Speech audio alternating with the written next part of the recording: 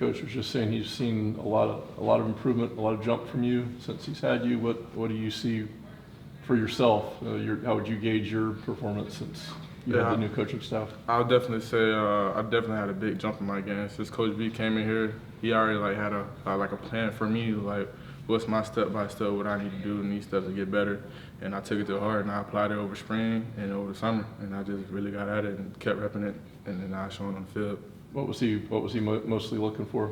First, he was looking at my steps more like at the line of scrimmage, more like the pressed up, more like just explosion off the field, it was small and like details. It wasn't like big things. You also said when you started running with the ones a little bit, maybe you saw your confidence grow. Would you say that too? Definitely my confidence grew. I already knew like what I wanted to achieve, but when I went out there, I took the opportunity and just went with it and just took advantage of it. Hey, I'm sorry I don't know the answer to this, but I saw you were a Warfel watch list. Right? Yes, sir. What's your community service that you do? I definitely help out with Boys and Girls Club and just anything around Tampa I can. Like they ask me to do stuff, I'm more than willing to do it anytime. How long have you been? Since I've been here. The first day I got here, I did a community service at the school. I don't know the name of it, but it's right around the corner. Did a community service, talked to the kids, just hung out with them, gave them some advice. Is that a family trait, would you say? Growing up, it's something I needed. You know what I'm saying?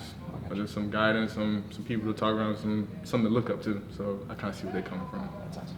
And you have a guy, Braxton's come in, he's from Nebraska. Everybody will notice that right away. A guy coming from Nebraska. What do you see from him, what he's going to bring to your group? Same thing, bringing energy, bringing a lot of more skill, more depth to our group. Kind of need that more length because I was, previous I was probably the tallest corner there. Now we got another tall corner, so that's something that we needed, for sure. When people first start into football, they want to be a quarterback, a running back, a wide receiver. What drove you to the defensive side of it? I actually was a receiver first, and it didn't work out so well. I got clamped up, and my coach on my high school just told me to go try DB out, told me to stay inside and run. And I just applied that and it started working for me. Going against an offense that goes at warp speed, that's got to make you better, doesn't it? It does make me better, make me a lot better. We go against other offenses, the game just slowed completely down. I'm just seeing stuff a lot faster than most defenses and offenses. 10, 15 years ago, finding a cornerback that was 6 foot or taller, it was hard. Didn't find him. Yeah. Now, you better be 6 foot or taller because those receivers are 6'4". Receivers of the game in this generation have stepped up, and they're 6'5" and taller, and they can run. And those tight ends are getting bigger too. Yes, sir. Hey, it was first padded practice. Was there some good hitting going out there? Take us through that. Oh yeah, most definitely. Defensively, I feel like we were flying around, making a lot of plays. There was a lot of impact situations and stuff like that going on. We didn't really get as many live periods. As far as the back end, we didn't really get too much action out there at corner. So, but yeah, it was a pretty good day. Aamaris, you got a lot of playing time last year. Do you feel like you're one of the leaders now in the secondary, and is that a role that you want? Yes, sir, most definitely. It's definitely a role that I even took it on last year, but being that I was new here, it's kind of different. I kind of had to, prove myself to, in order to get that status. So now this year, just taking a step forward, being able to lead the DB room, and the defense, and, playing together as one. So, yes, sir. Could you speak about Ben Knox and about Braxton, your fellow corners, or what you've seen from them, what you think they can bring to the group this year? Yeah, I've definitely seen a lot of improvement. Ben, from when I first got here last spring, he's improved a lot, tremendously. I went from seeing him playing with no technique to now he's jamming guys out of bounds, you know what I'm saying? So it's really good to see him, grow and develop his craft. And the same thing with Braxton. Even though he only been here for a few months, when we got here in the summer, doing little summer drills and individual workouts, he's just gotten better with his technique, being more patient, being more efficient with his feet and stuff like that. So I'm looking forward to see what them guys can, help the team with this year. When people start playing football, they want to be a quarterback, a running back, wide receiver. What drove you to defense? Honestly, that's a good question. So I never played corner until I got here, to be honest. I was always an offensive guy growing up, and then around my junior year of high school, that's when I moved to safety. And then from safety to from junior year to last year, I was playing safety, then I moved to corner. But honestly, I don't know, I just feel like the physicality part of playing offense, I got tired of getting hit, you know, because you running the ball, you got the ball, everybody wants the ball, you know. So I was like, you know, I'm going to go to defense and do the hitting instead. And I just fell in love with it, so, yeah. What's it like going against that offense that goes at warp speed every day? I ain't gonna lie. It's definitely, it could get hectic at times. They could definitely catch you off guard, but in the end, I look at it as a positive thing, you know, because we're going to be playing West Kentucky week 1, and they run tempo as well. So all it is doing is preparing the defense of, you know, how to adjust to the tempo itself. Has there ever been, sorry. When you look at what's happening with the college game now, when do the back-end guys take the defensive line out for lunch or something to get that pass rush? 'Cause if they don't have pass rush, you guys are left out there. Yeah, for sure. It's crazy. We be joking about that all the time, the D linemen. They always talking about, dang, when y'all going to take us out, man? You know, all the pass rush and stuff like that. So, you know, but, you know, it's just a matter of time. I'm looking forward to the season. You know, I feel like we're going to do some great things up front and in the back end. So, yeah. Back to the tempo thing, is there a moment in your head you're like, can I get a timeout here? Or do you guys have to get past that? Oh yeah, definitely. Especially playing DB, like in our offense, I guard 3 go balls in a row, then come back, they still going tempo.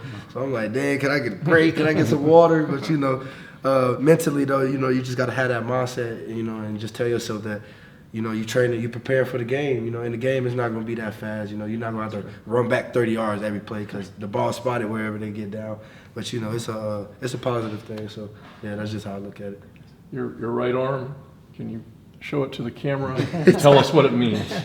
This one right here means money hungry. Honestly, just growing up, you know, I always been the type of guy to be, you know, I guess you could say a hustler. You know what I'm saying? I just gotta go get the money. You know, football is my way of going to get, you know what I'm saying, going to get the money. So yeah, and then the rest, to be honest, is just little freestyle stuff. Over here, there's really all my meanings and everything, but this kind of just what So is that your ambition, your incentive, money hungry? Like, yeah, basically, yeah, you can say that. Yeah. Yes, sir. Third down's the money down, isn't it? Yes, sir. Exactly. Yes, sir. What are your meanings? You said the meanings were on the left side. Yeah. What are the ones that mean something to you? Well, this one right here, it's an elephant. That was my grandmother's favorite animal. And actually, today is the day she had passed away in 2017. Today. Oh, this is the So anniversary. yeah, it's the anniversary for that. So What's her name? Desiree. Desiree. Yes, sir. 2 E's. And then this is see no evil, speak no evil, hear no evil. I got a Bible verse here with the angel. This is family over everything, and then the weak won't survive. So obviously, if you're being weak, you ain't gonna survive out there. So yeah, that's what that means. Desiree is your grandmother? Yes, sir. You were close? Definitely. She was more like my mother than my own mom, you know, to Yeah. a certain extent, obviously. But She was the one that was home when you got home and that kind of thing? yeah. I used to stay with her, and my mom used to stay like 20 minutes away, like when I was staying with my grandmother. So, yes, sir. How did her death affect you? Honestly, it hit home, but I've always been the type of person to, like, I'm not gonna cry in front of everybody, you know, and make a scene about it. Like, you know, in the moment, I was just being there for my mother because that's her mom, and I know how it would feel if I lost my mom. So in my head, I just had the mindsets of, you know, let me go help my mother out and, you know, make sure she okay. And then later on, you know, I'll probably go by myself, you know, and let out some tears or whatever. But honestly, I use it as motivation because I know she was still here. You know, she'll want me to keep going like she always wanted me to do when she was here, you know. So I just continue to, you know, keep praying and have her watching over me, and everything else gonna work out for herself. And that was right before, like, your junior year or something? Yeah, that was actually, the end of my sophomore year, going into, the end of my sophomore 10th year. and 11th grade? Yeah. In between? Mm-hmm. Yes, sir. Is there anything your grandmother taught you that sticks with you in particular? Man, she taught me a lot. I ain't gonna lie, I would have to think about that one. Honestly, though, it's just, you know, being humble. You know, she always taught me, you know, she always told me to be humble, you know, like even when you're doing good or you feel like you're the best or, you know, when you really great at something, you know, just always be humble. Don't never, you know, show that you know what I'm saying, doing those great things. You can still be laid back and continue to have success. So that's one thing she definitely taught me growing up. Let success go to your head. Yes, sir. Okay. In case you forgot, you do have humble right there too. Yeah. Says humble. That's why I said. That's why I said. Good. Yes, sir. So Braxton, walk us through your decision to leave Nebraska and your decision to come here. Really, it was really a no-brainer for real, cause I'm from Orlando, so just being able to let my mom and my family, just see me play every game. They didn't get to see me as much while I was in Nebraska. So going through the process, Coach Golish, Coach Burkett, they made me feel comfortable here. They made me feel like it was a family, and they just accepted me in. All the guys on my visit felt like a real brotherhood here, so it was a no-brainer for me. What do you think playing at a program like Nebraska will do as you come to this program? Just help me, because Nebraska, you got to be very disciplined. So maybe I could just, lead by example here and just show guys, how to do the right things and be a role model, like not just on the field, but off the field too. So things like I that. know it's been a few years. 2018 was your first year there, right? Yeah. Do you recall if Coach Golish was interested in you back in the Orlando days? I really I don't think know. he would have been at Iowa State then. I was about to say, I really don't know where he was at that point. Okay. But I didn't meet him till I hopped in the transfer portal. But as far as the question of you being around for so long, do you feel like you can pass on some experience that way to your guys? Oh yeah, most definitely. That's just what I try to do, lead by example, on and off the field, and just, taking the young guys in and just showing them little tricks that I've seen in the Big Ten, or just, recovery-wise, or just anything, alignments, formations, just little tips that can help them, better themselves and myself as well. And what do you think are your strengths for the people that haven't seen you play yet? My strengths, I would definitely say guarding the deep ball. I like to stay on top of routes, pressing, staying square, and I like to get in the mix, hit a little bit too. Was the hitting okay today for the first full pads, or did you guys have to lay off on the back end? Nah, we've been laying off for the first 5 days. So Coach T.O., he was like, you guys are let loose today. So we was just having fun, just playing football like it was Pop Warner today. Are you 6'3"? 6'4". 6'4", Yeah. okay. So what do you think about that at cornerback? Maybe it's not something you see all the time, somebody with that much physicality and size. Yeah. So basically, since I know I'm 6'4" and I'm a bigger cornerback, I try to work on things that people might see as weaknesses. So that might be like my footwork or like my top end speed. But I definitely try to use my length to my ability and try to be physical at the line of a point and, just make it hard for receivers. So Ben Knox has got some size to him too. You do. If that ends up being a combination, what do you think that'll mean for your defense to have cornerbacks with those kind of bodies? I think it'll mean a lot, because we'll be able to do a lot of versatile things. We just don't have to be in man coverage. We can do cover two, we can be in the flat. Me and Ben can make tackles as well. So we can just be versatile on defense, and just that length helps. With certain deep balls, sometimes a shorter cornerback might not be able to get that ball, but we can. When people first start in football, they want to be the quarterback, the running back, or the wide receiver. What drove you to defense? It's crazy, because I was really on offense. I played running back and wide receiver my whole life. And then shout out to my high school coach, Rodney Wells, and he was just like, stay inside and just run with him all day. So that's what he ended up moving me in the corner my freshman spring, going into my sophomore year, and we just never looked back after that. There's probably nobody you're going to play that goes faster than this offense day in and day out. How much is that helping you? It helped me a lot. I ain't gonna lie, the first 2 days I was tired. I was real tired, but now I'm in shape. I can run all day, and definitely that wide split, a high tempo offense definitely was a change, and definitely a change from the Big Ten, because it's more slower, more tempo. Here it's just on the go the whole time. So it's definitely been helping me stay in shape and just, getting to that playing weight that I want to be in. Is there a cornerback that doesn't say they want to play press coverage every down? There probably are some, but that's our motto Not here. happening, no, I know. That's our motto here. So we're a press corner team, and we win, we lose, draw, we're going to give our best at the line, and we're going to be physical. And our biggest thing here is staying square as much as possible. Did another thing change your mind coming from Nebraska to here January, February, and March? Oh, yeah, most definitely. Yeah, that cold. I'm really from Orlando, so that cold used to beat me up there all the time. So coming down here, just getting back in that climate where I'm from, I just feel like it's going to help me play faster. Did you guys win state at Dr. Phillips? Yeah, we did win states my senior year. Okay, so what was your primary position? You said wide receiver and running back. What were you doing? No, I was playing corner then. That was Okay, my senior I year. got you. Yeah. Okay. Mm-hmm. Yeah, I was And, playing corner then. Okay, you guys had some players on offense, I take it. Yeah, for sure, yeah.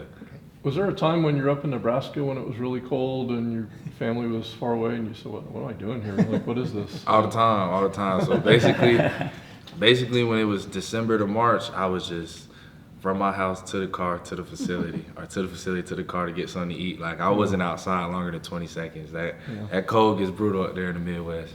I mean, you knew that's what you're going to, right? I mean, Yeah. I mean, is it kind of like you don't know until you know thing? or- It's crazy because on my visit I saw snow for the first time and like I thought it was cool. Like I was up there. Always cool for one day. Yeah, I was up there with my other recruits that was with me. CJ Smith, he was a Florida kid too, and we was throwing snowballs at each other, you know, slipping on the black ice. So we thought it was cool, but once we got there, we learned it wasn't that cool for real. Did you have a car?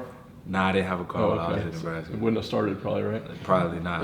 I done seen a lot happen. I spin on the black ice, all type of stuff. So Right. So was that like early on? Was it like a tiny thought? I want to go home. I want to go home. I mean, was it a thought you fought? yeah, I mean, of course you want to get home, and then especially just my mom and my family not being able to see me play all the time. That was a big thing for me because I'm just so used to them supporting me and just being there all the time. So definitely was hard for me for the first couple of years, but you start to get used to it a little bit. But I'm glad to be down here in Florida and closer to home. So what was it like for your family and you when you sensed this and you knew you were coming to USF? It was big for me and my family just because we've been going through a lot the past couple of months. It's been we lost a couple people, so just being closer to home just made my mom happier, more safe, and just her coming to support me, my last year just is big time for me, just for my success as well.